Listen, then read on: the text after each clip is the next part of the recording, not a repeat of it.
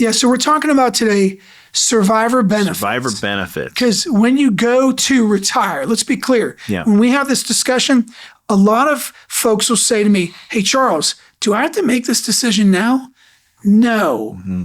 As a federal employee, when you're filling out your retirement paperwork, 5 months out, that's when you're making the decision. CD Financial, where health meets wealth. Welcome back to the CD Financial Podcast. CD Financial, where health meets wealth. I'm Marcus C., your host. That man across from me is Chuck D. Chuck D., what's happening today, brother? Oh, Mark, it's just another day in paradise. What can I tell you? Yeah, I'm living the dream. Yeah. Every day I wake up and I go, wow, it's good to be alive.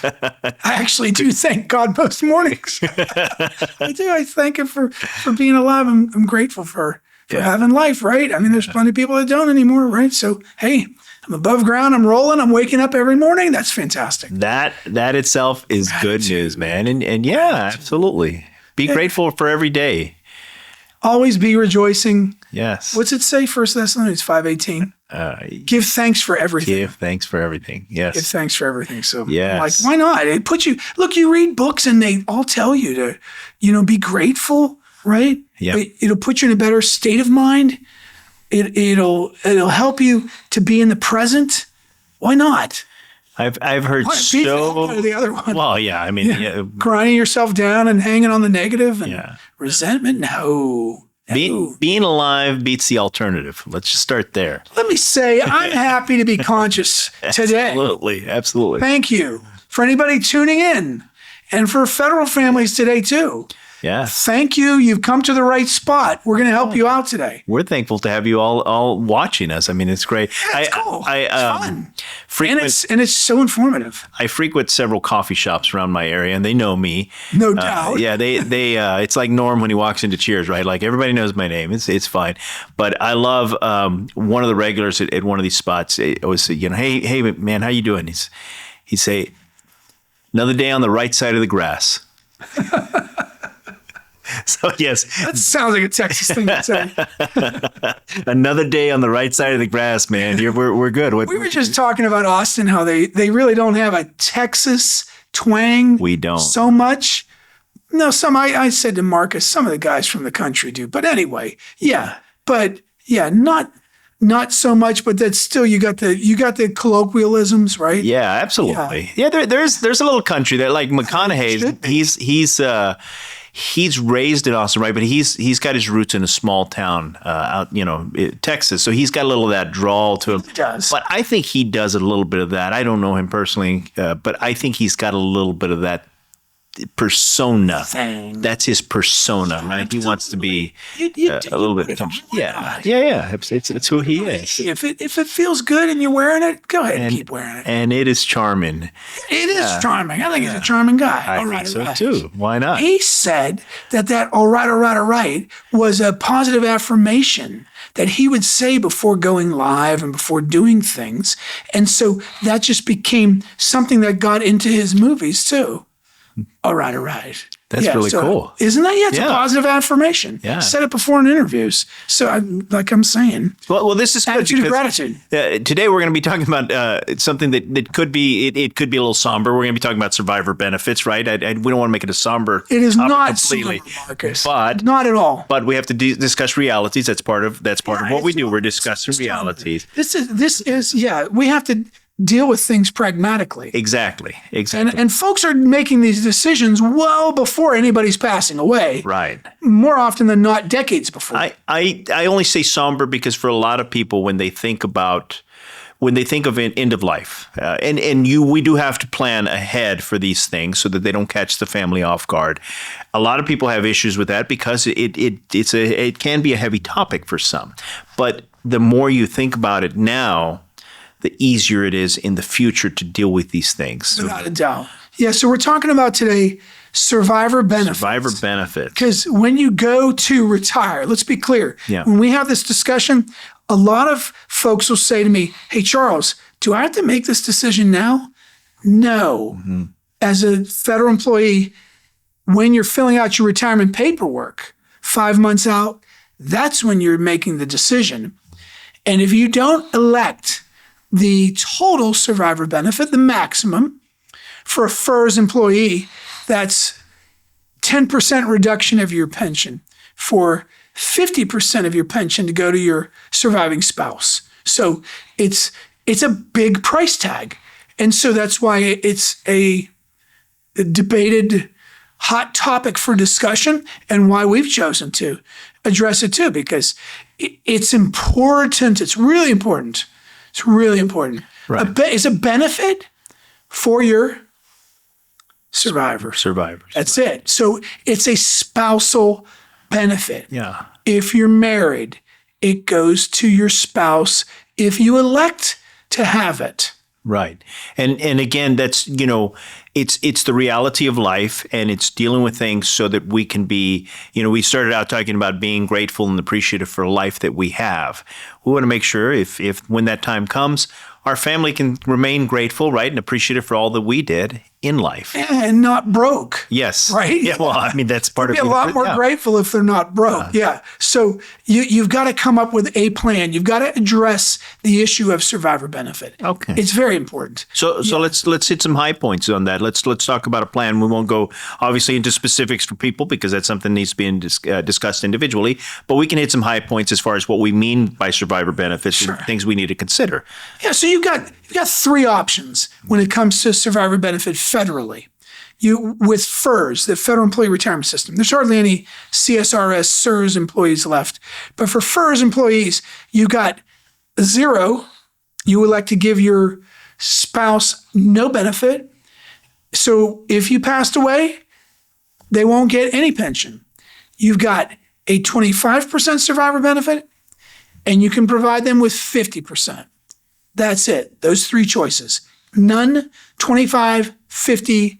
It's for your spouse. You have to be married. We can argue about the other stuff, but that if you're going to worry about other beneficiaries and try to buy a benefit to pass on to somebody other than a spouse, it gets super expensive. Yeah. And it's a lot more cost effective to just go ahead and buy a life insurance for them. I was going to say at that point when you're discussing other options. Yeah. That's another topic for another day. Yeah, it sure is. Yeah, and we can touch on that. It's called we'll touch on that a little bit later in this discussion here. So survivor benefit for your survivor, you got three options: 0, 25, or 50%. 0 costs you nothing, but your spouse is going to get nothing. 25% benefit costs you 5%. So it will reduce your pension. Let's say you've got a $3,000 pension. Mm-hmm. It's going to reduce your pension by $150. So your net immediately is $2,850. Still not bad. I mean, before taxes and the cost of health insurance, maybe your basic group life till you're 65 typically. Or you elect a 50% survivor benefit. Mm-hmm. Which will reduce your pension by 10%. So they're exactly double, right? They follow the exact track. So 5% of reduction in your pension gets you 25% for your spouse, and 10% reduction in your pension gets you 50%. Okay. Yeah. Then ultimately what it comes down to is what you want for your spouse and comfort of life, right? We're talking about quality of life. We discuss that all the time. Maybe what are some of the things that you would weigh out with somebody? Good question. Yeah. And let me say that just for simple math again, if you got a $3,000 pension in that illustration, then a 10% reduction, you'll now have $2,700 net. But if you passed away, they would get $1,500 per month. If you gave them 25%, if you passed away, they'd only get $750, half as much. One of the considerations, Mark, since you brought it up, is that in order for your spouse to keep your health insurance, because most spouses are covered under the federal health insurance, right? Because it continues into retirement just as when you were working. And so it's rare that somebody else in another pension, your spouse, will have a health insurance that works as effectively. Sometimes, but it's really rare. Yeah. I've only seen it several times. It's getting rarer too. 16 years. Yeah. I've been doing this, serving thousands of people with advice, and just a couple times where I've seen that they were not covered under the federal health insurance. Yeah. Yeah, it's a big benefit, especially into retirement, as I said. So you have to have at least the minimum survivor benefit Right. for your husband or wife to keep the federal employee health benefit, the FEHB, if you're gone, if you're dead. So again, you have to get at least the minimum, which is 25%, Right. which will reduce your pension by 5%. Right. That's it. So It's very clear there. To keep the health insurance, you have to have some sort of survivor benefit, whether it's 25 or 50. right. So it seems to me, just based on that, you'd want to elect something for them, but you said zero is an option, right? Zero is an option, but if you die, let's say I'm not a federal employee, and neither is my wife, but let's say I was. If I got her no survivor benefit and I passed away and she's on my health insurance, guess what? It's gone. It's over. It's over. Yeah.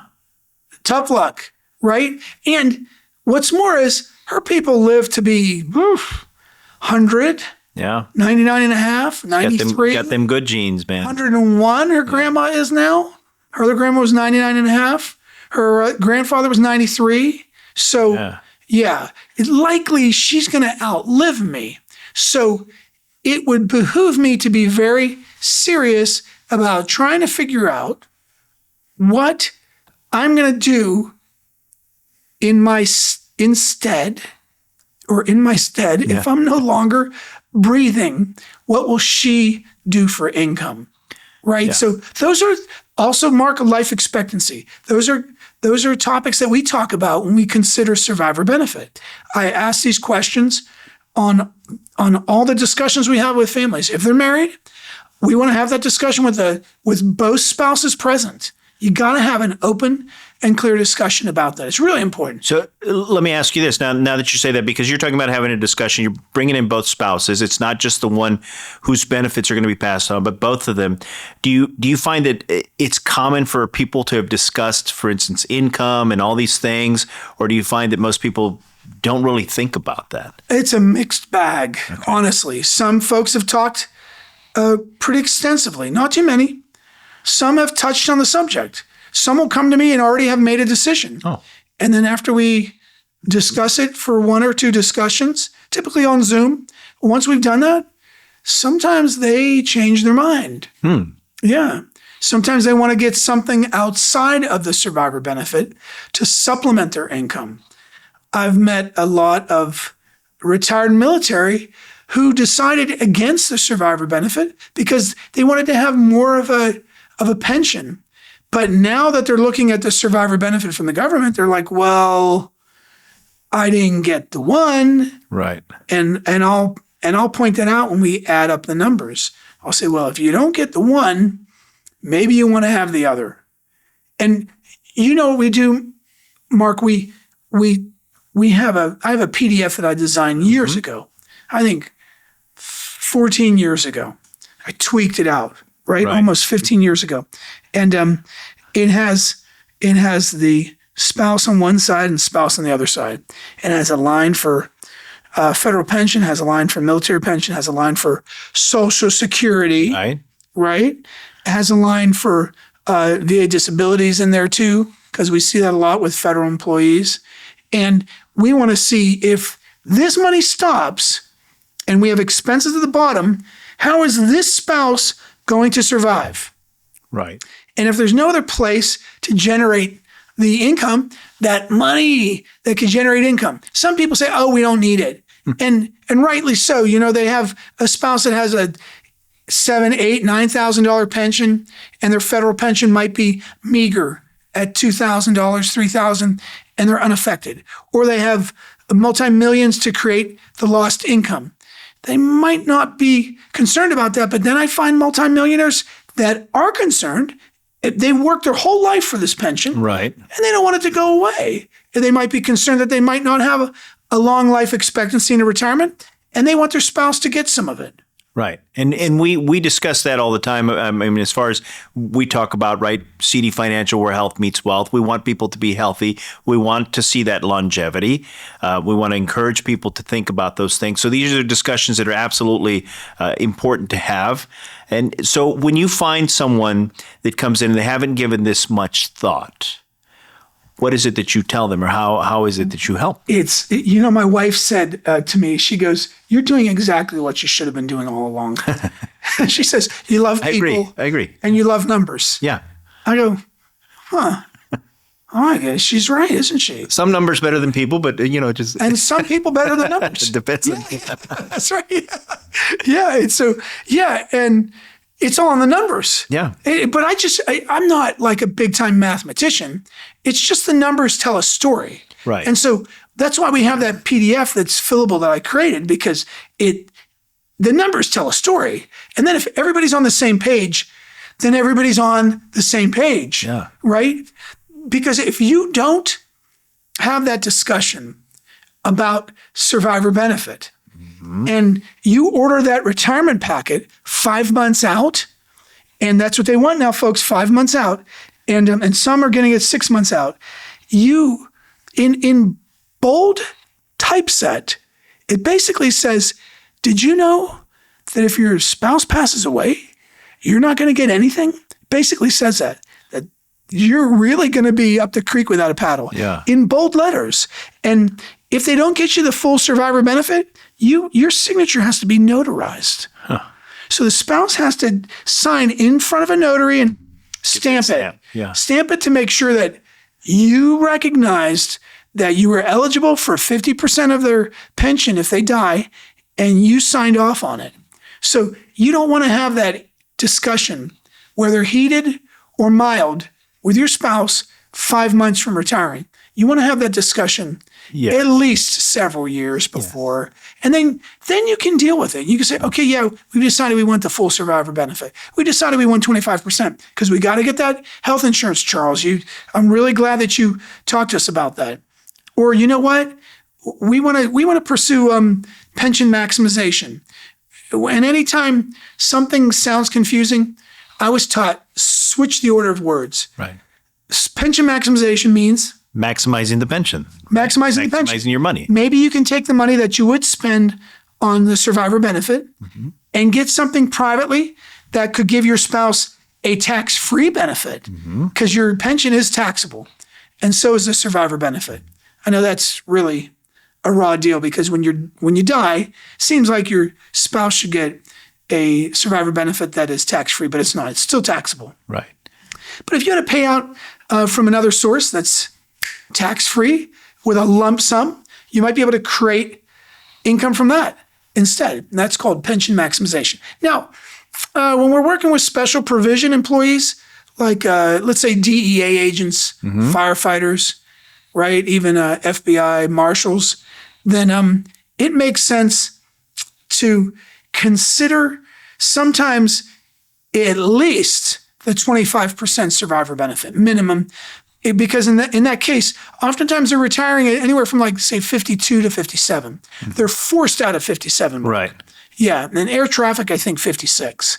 So they're forced out at 57, special provision employees. And so they're still relatively young. Yeah. And their spouse needs, it's not always the wife, but they need that survivor benefit for the health insurance. Right. Yeah.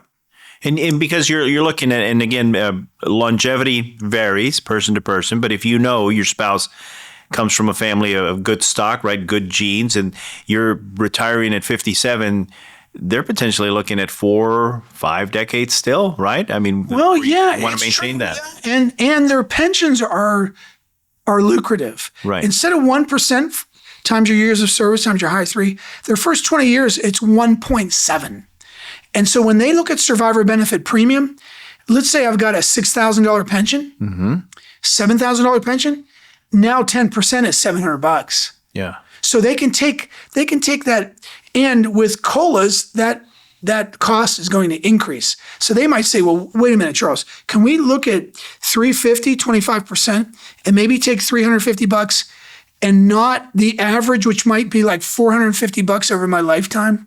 Let's say I live to be 83, 25 years, and I can take that $350 and buy something else for my spouse that will give them a tax-free benefit, right? There you go. And so that's pension max is what it's called. Right. And it's a combination of both. Now, you do not want to do that without professional guidance. Exactly. You want to ask me why? I do. I was actually going to ask you why. Well, some will just get 20 years where they're covered, but then if they live just beyond 20 years, let's say I'm 57 and I live to be 78, that 20-year policy is gone, and then my wife doesn't get anything, or husband for that matter, so they wouldn't get anything. So sometimes you might want to make a combination of, say, a 20-year and, say, a lifetime, but then the question is, how much do I need? Well, we have to adjust your pension for inflation, because $6,000 now a month is not the same thing in 20 years. Exactly. So based on inflation, let's say it's halved. So $6,000 a month now in 20 years is about $3,000 a month. Mm-hmm. So we've got to track inflation. And the COLA average is about 1.95%. And so it's not quite tracking what I think real inflation is, which is more like 3 to 3.35, over time. And so your money's slowly doing one of these little shrinks. So we're going to use some dollar amount that's sufficient. Right. But survivor benefit, look, it needs to be talked about, right? What are we don't want you to miss anything. And if you don't have any other solution, maybe you should just decide on the 50% survivor benefit, honestly.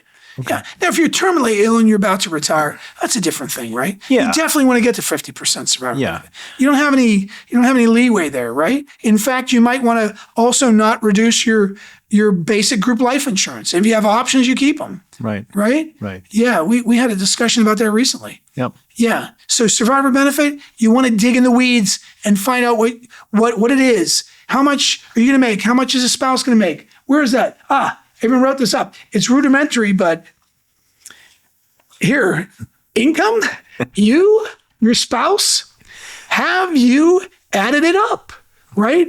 I know it's pretty ugly there. These are not the official forms, by the way. In case anybody's asking, these are not the official forms. Even the Social Security is a whole nother discussion, and that could confuse people. Like, well, when do I trigger that? How much will I get? That's also a discussion about surviving spouses, because we like the one with the lower amount sometimes, not always. Sometimes to trigger that earlier if you're married, and the one with the bigger benefit, maybe to delay it longer. So then when one of you's gone, you keep the bigger one. Right. Or if you're the one with the smaller one, you get rid of the smaller one and you take on the bigger one from your spouse. So there's a lot that goes into survivor benefit. And to make a decision on the fly or to save some money, be careful with that. Let me say that. Right. Yeah, be careful with that. And I was just going to highlight something, and I was going to ask you, why you'd want to have someone, a professional, guide you through this, but just to highlight some of that we just went through. One, we started out talking about this, and I know this, dealing with different people, just having this conversation sometimes is tough. It's tough to talk about these things. And if you have a third party, someone who's outside of the family who can deal with this, it is a calming effect. Now you're dealing with the realities with someone who's a professional, knows how to talk you through these things, right? And the other thing is, you don't want to just spitball numbers. Because a lot of times it sounds good, hey, what's 300 here, 500 there. Oh yeah, that's fine, and we just kind of roll with it. But when you actually put it down on paper and you see the reality, these are life decisions, right? You can't go back on these. Exactly. Yeah, that's really. Now, one thing I would point out is that if you're reducing your pension, I get asked this a lot. Hey, Charles, what happens if my spouse dies on me? Well, if you had like a $5,000 pension and you're being reduced by $500 for the full survivor benefit, you're getting $4,500. If they pass away on you, it'll go back to the $5,000 automatically. But all that money you've put in there, that kind of goes up in smoke. Yeah. So that's why people like to look at options in the federal space for the health insurance and outside too. Sometimes you don't have options. In that case, you buy the full survivor benefit a lot of times, right? Yeah. Yeah. And I would think most people come into this really limited in their scope of knowledge as far as what options are available. But after they have this conversation, right, now they have all these options laid out before them, now that you can make a better choice as far as what is best for your family. Yeah, that's right. Now, what did you say just before that one point that you made? That- it was triggering something on me. That I talked 2 about points, having the conversation with a professional because it can be emotional sometimes. For some people, it is. Oh, yes. Yes. Emotions get involved. Yes. And I often feel like I'm ministering. I do. Because I do shepherding too. You But are. When I come to these meetings and I see there might be a little tension, I go, guys, ladies and gentlemen, this is very common. Do not get upset by this. Yeah. I see it all the time. Let's just relax. This is my position as a fiduciary to help you come together. Correct. To talk about those subjects that you may not want to talk about. It's okay. We're going to do it here. And if there's a little tension, that's normal. Yeah. I see it all the time. So don't think by any means you're abnormal or you should be embarrassed. Right. Not at all. This is very common. Let's come together because in this case, I am a minister of finance. And that's what I'm doing here. I like that. We're going to make that your new title, Minister of My Finance. moniker, Charles, Minister of Finance. Minister of Finance. D, the Minister of Finance. Yes. But sometimes people just need that emotional direction right towards someone else, so they don't direct that emotion at each other. They can direct it at you, and you're okay. You can handle that, right? Bulletproof. A little frustration guided your way. No problem. Yeah. I think we've done well with this subject. Absolutely. I think, and it's good. Just a reminder: have someone who knows what they're doing. Have someone who can lay you out the options, and have someone who can help you deal with the emotion of it. Because all these decisions ultimately have roots in emotion, right? It means a lot. We care about our spouses. We care about our families, right? And we want to make sure we do the best for them. Yeah, absolutely. Yeah. And we're just a phone call away. Yeah. Yeah. Or you can click, that and link. get on the calendar link. Yeah. Absolutely. What are we? We were going to, so we have, as usual, and a little behind the scenes, we talk about so many health things, you and I, but we had discussed a couple of health things. Do you have a health tip that you? Yeah. Yeah. How about we talk about one specific essential oil Yes. that I use? Yes. I've been using it for years. And? And Myrrh. Myrrh. Yes, there it is. Myrrh. Myrrh, not Merca. Myrrh. Myrrh. It's so good, you got to double up the R. Myrrh. Myrrh. What do you use myrrh for? So I noticed that my toothpaste says propolis and myrrh. I don't know if it's Tom or it's from Trader Joe's. I can't remember. But it said propolis and myrrh. And I'm like, well, I've got myrrh right in my drawer, right, where I pull out all my toiletries. And I'm like, well, okay. For me, I don't have cavities, but I have receding gums, and it's a concern, right? I guess eventually they'll recede. So far, your teeth could drop out. Permanent smile. Oh no! I'm not. And so I thought, well, if it's good in the toothpaste, it's probably good for my gums. Turns out it is. So what I do in the morning is I take my little 2-ounce essential oil of myrrh. I take the cap off, and I wet my toothbrush, and I spin the top of the essential oil on my toothbrush. Then I put my toothpaste on. All right. But before that, I floss. But I brush my teeth, and I can taste that myrrh, and I actually like it. It's not real heavy. It's just light. But my gums, they don't bleed. Nice. Really at all anymore. And I swear it's only in the morning I do that. Very nice. At night, I don't want to fuss, actually. But in the morning, I do my whole dentistry treatment with the floss and then the myrrh with the brushing and the toothpaste. And it does really good. Yes. Another thing for myrrh. So, okay. Wait. Yeah, go ahead. Oh, go ahead. No, I was going to say something, but I want you to finish your thought because I know where I'm going. I had a friend come back with a little jar of crystallized myrrh. Little nuggets of myrrh, like little gold nuggets of myrrh. And she gave it to me as a gift. And I was like, what do I do with this? She says, I hear they ingest it. They chew it. Do you know? I have chewed that. And initially it was a little weird. It's resiny. I like it. It's weird. And I think it's good. It takes any breath away. But I like it. In fact, me talking about it now, I think I'm going to have a chunk this evening. I'm going to get me a piece of myrrh. Get a little myrrh, yeah. Yeah, and I noticed that the myrrh actually, it starts to get hard. The myrrh from Young Living, it's a little too let me just say it's dense, it's thick. The specific gravity's thicker than doTERRA. Anybody that buys essential oils usually knows doTERRA. They're really big name. Right. Young Living's a little more specific and a little more costly, but it's a little higher quality. But it's in Myrrh, that specific essential oil starts to cake and dry out, and it crystallizes. Right. And it becomes difficult to use a bottle. doTERRA a lot less so I prefer the doTERRA for that. Yeah. So I got my own little crystals, but it's hard to use them too. And I think during Christmas, don't they sell those little crystals and you can burn them with frankincense and myrrh? Frankincense and myrrh, hand in hand, right? Yes. Yeah, they brought Jesus frankincense and myrrh. Myrrh. Yeah, you can burn those in the fire if you got that. But it's pretty cool. Those crystals, I really like them. I like them. I'll tell you. So what I was going to tell you, and part of this discussion I'm going to table because part of it applies to another health topic that we're going to discuss another day. But just getting into Myrrh because my wife's a massage therapist and she's big into the essential oils.